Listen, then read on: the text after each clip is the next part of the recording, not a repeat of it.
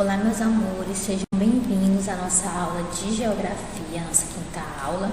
A gente vai iniciar agora no comecinho, fazendo a correção da atividade passada, certo?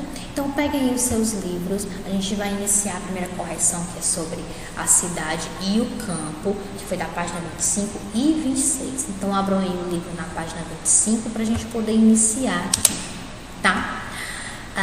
Logo aqui no comecinho, na página 25, na nossa primeira questão, deixa eu aproximar aqui, diz o seguinte: represente uma das atividades exercidas no campo através de desenho.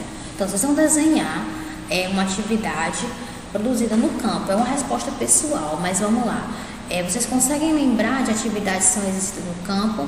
A gente viu que são exercidas geralmente agricultura e pecuária. O que é agricultura? A agricultura é a plantação, Plantar legumes, vegetais, enfim.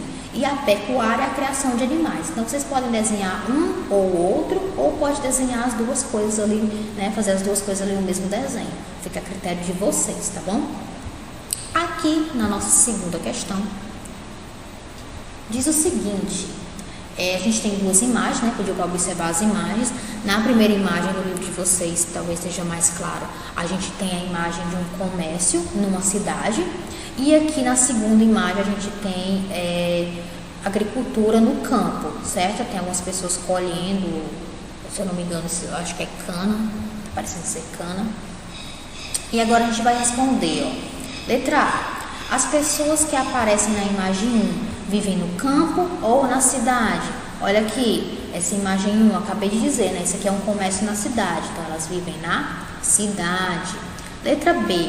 Qual é a atividade que as pessoas da imagem 1 estão exercendo? É o comércio, Estão exercendo comércio. C. As pessoas que aparecem na imagem 2 vivem no campo ou na cidade? Vamos olhar aqui, imagem 2. Acabei de falar, Isso aqui é a atividade de agricultura exercida no campo, então elas vivem no campo. Letra D. Qual é a atividade que as pessoas da imagem 2 estão exercendo? Como eu também acabei de falar, estão exercendo a agricultura, certo? Se você fez, está tudo ok. Então, vamos aqui prosseguir para a terceira questão. Das imagens acima, qual mais se parece com o lugar que você vive?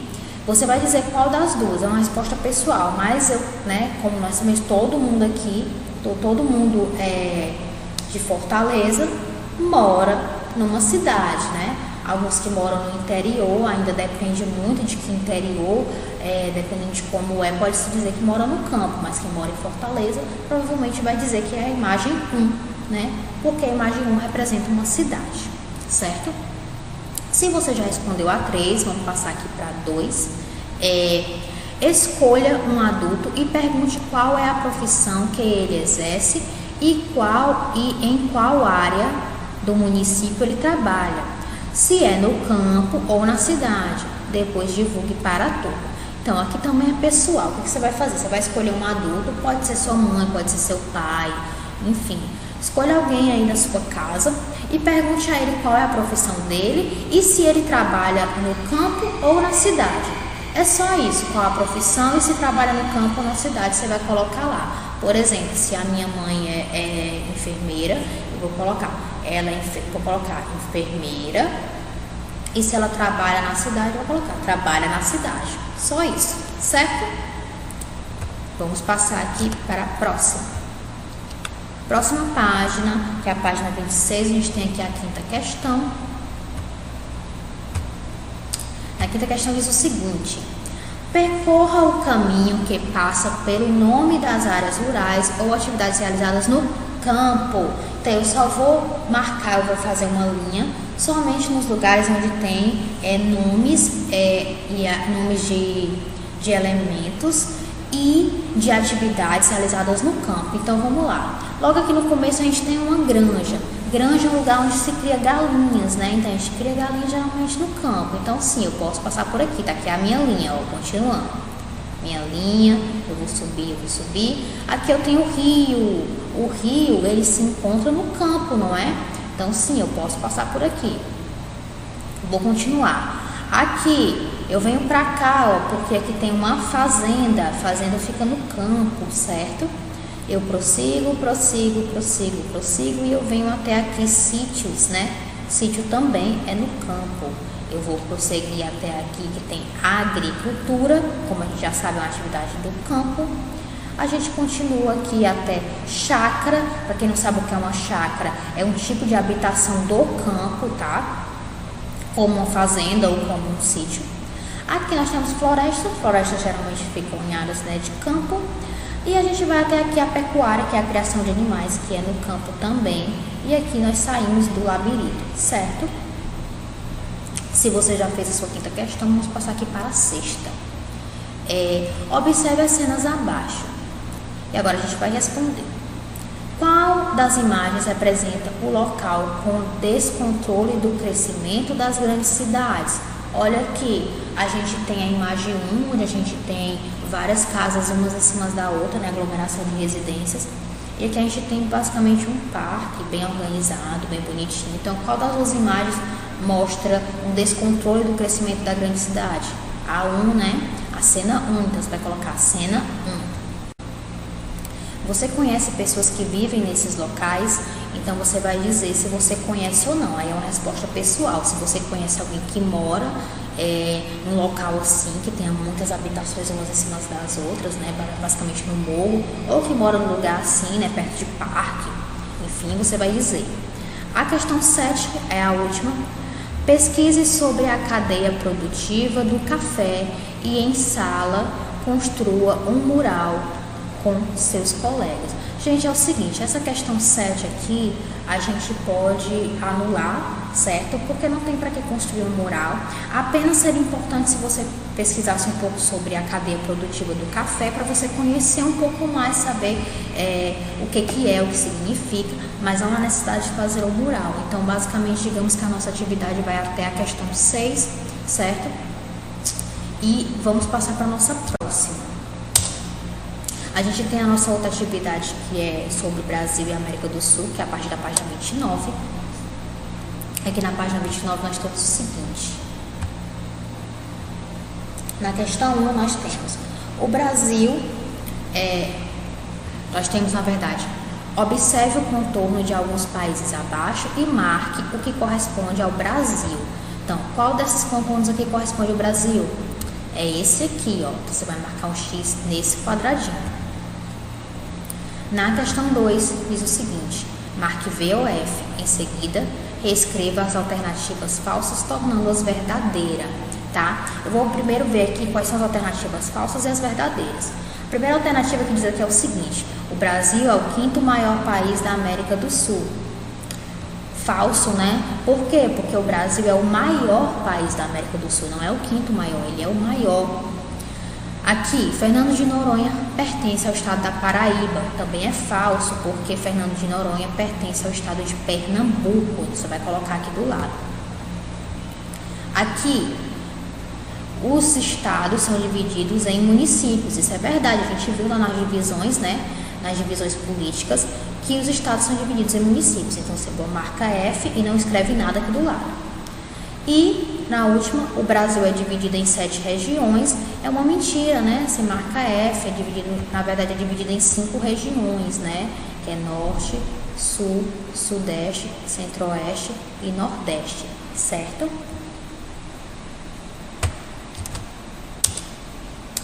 Aqui, na nossa terceira questão, já na próxima página, nós temos o seguinte, faça a correspondência entre as colunas corretamente. Então, vamos lá. Aqui nós temos algumas afirmações, aqui na verdade algumas afirmações, a gente vai só corresponder.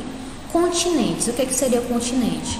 São grandes extensões de terra separadas por oceanos e mares. Então, você vai ligar o continente para essa afirmação aqui. Divisão política do Brasil.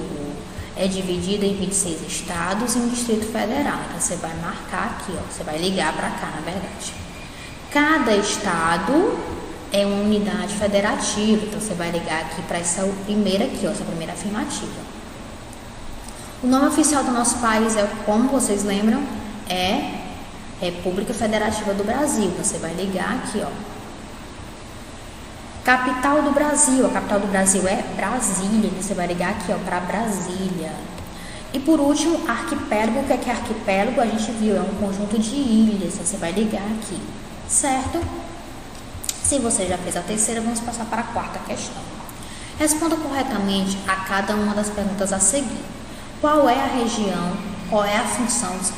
função do mapa político? Olha aqui, o mapa político é utilizado para estudar, principalmente, a localização dos principais países, dos estados, das cidades, das rotas e das fronteiras. Vocês vão encontrar essa resposta no próprio conteúdo do livro, certo? É só voltar um pouco o conteúdo que vocês vão encontrar. Letra B. Em quais situações você precisa de um mapa político? Que é uma resposta pessoal. Você vai dizer quando você precisa de um mapa político. Mas, por exemplo, quando é que eu posso precisar? Para viajar, né? Eu uso o mapa para viajar, para eu olhar lá que rota eu vou seguir, ou para onde eu vou. É um exemplo de como eu posso usar um mapa político. Então, se você já precisou de um mapa político, e você vai dizer qual foi a situação em que você precisou, certo? Letra C. A qual região o estado em que você mora pertence? Vamos lá. O estado que a gente mora é o Ceará. Em que região o Ceará pertence? Gente, o Ceará pertence à região Nordeste, tá? Então, você vai escrever Nordeste aqui nessa linha, certo? Observe o mapa político e escreva o nome de 2 estados e suas respectivas regiões. Então, vamos lá. Você vai escrever o nome de 2 estados. Pode ser o meu estado? Pode ser. Você pode escrever, por exemplo, Ceará e, sei lá, São Paulo. Ceará e São Paulo. E aqui embaixo você vai dizer qual é as regiões que ele pertence. Ceará pertence ao Nordeste e São Paulo pertence ao Sudeste. Você vai botar Nordeste e Sudeste, certo? Aí vai ser a sua escolha. Você vai escolher o estado que você quiser, né? E depois você vai dizer quais são as regiões desses 2 estados. São 2, tá bom? Vamos aqui, creio eu que seja a última questão.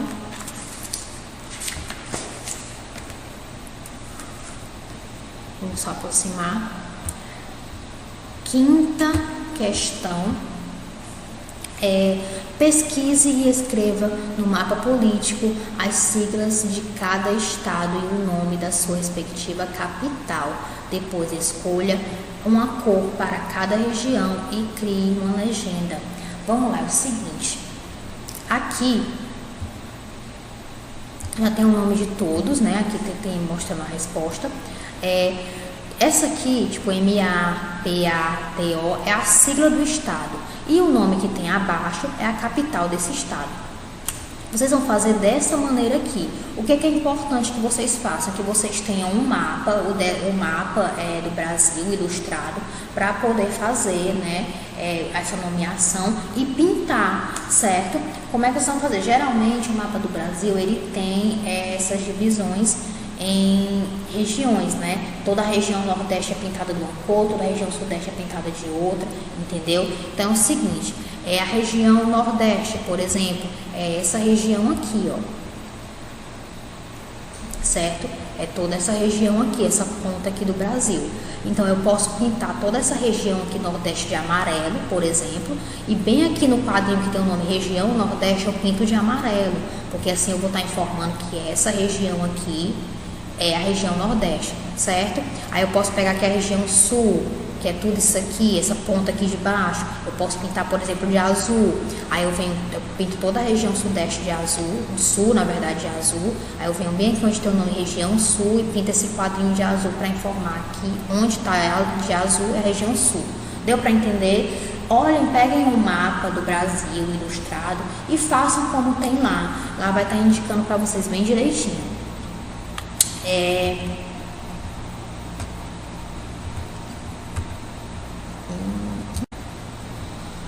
Aqui nós temos a nossa sexta questão.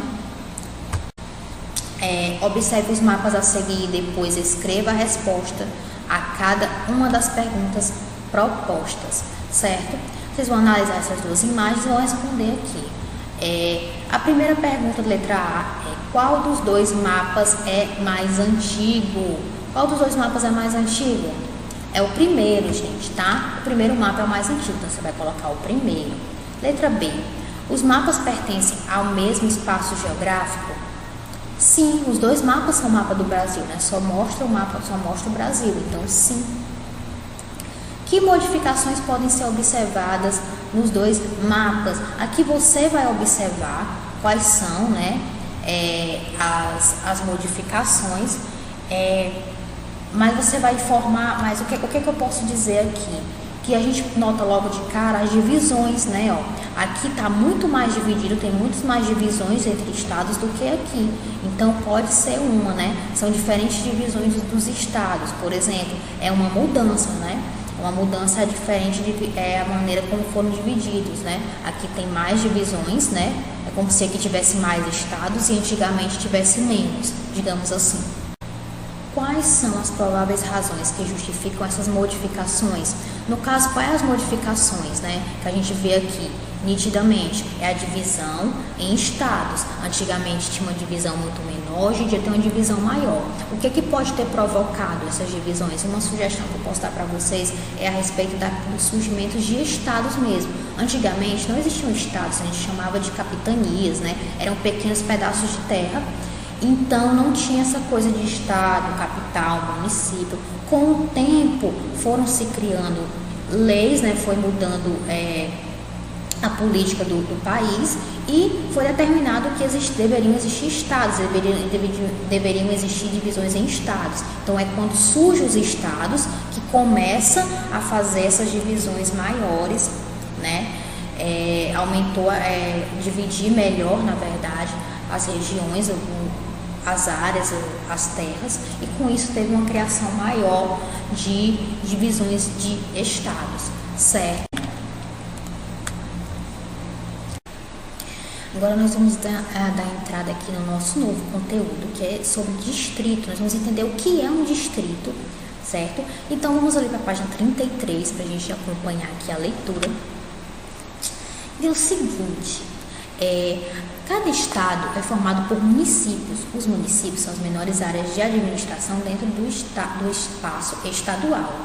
O nosso país apresenta divisões administrativas que podem abranger um ou mais bairros. Essas divisões estão a cargo de uma autoridade administrativa, judicial ou fiscal, que são os distritos municipais.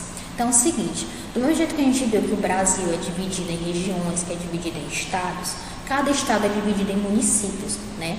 E para administrar esse município, existem os distritos municipais, né? É uma forma de gerenciar, né, de controlar o que está acontecendo dentro dessas cidades, certo?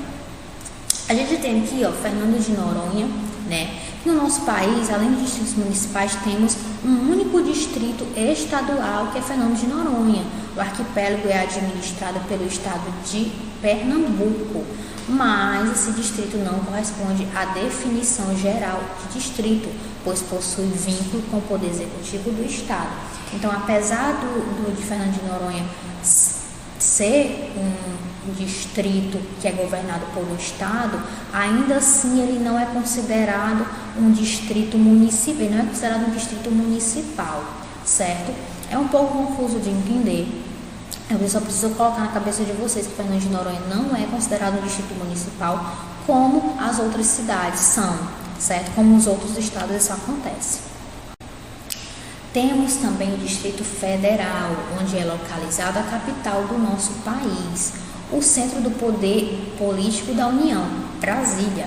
O Distrito Federal não é uma subdivisão municipal, pois constitucionalmente lhe é vedado a divisão em municípios. Então, o Distrito Federal, gente, que é essa bolinha, esse quadradinho branco aqui, certo? Ele não é dividido em municípios, como os outros estados são, certo? Ele não tem, ele é somente o Distrito Federal, ele é uma região única, certo?